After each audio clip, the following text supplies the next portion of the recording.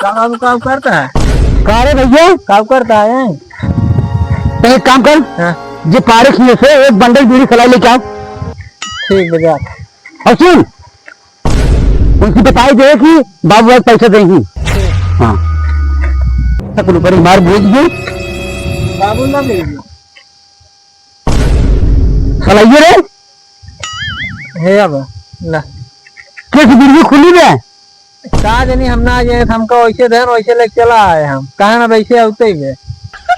रुक सारे तो छल से करी हम ना ले आए बाबू।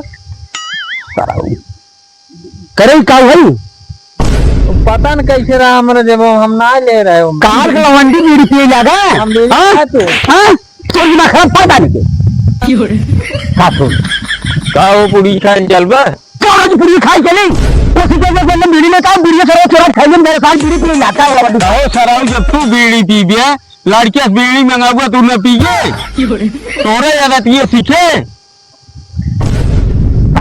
काज के हाथे काल से बीड़ी खार बीड़ी पिएला होला हमारे बाद बीड़ी पीबे नहीं करब बीड़ी के लिए कुछ बाहर से समझला न पिए बीड़ी। अब भले की है तू काम न पीबे तो वो न पिए बापा की आदत बेटुआ सीखे थे। चला पूरी क्या बीड़ी सीढ़ी छोड़ा चला।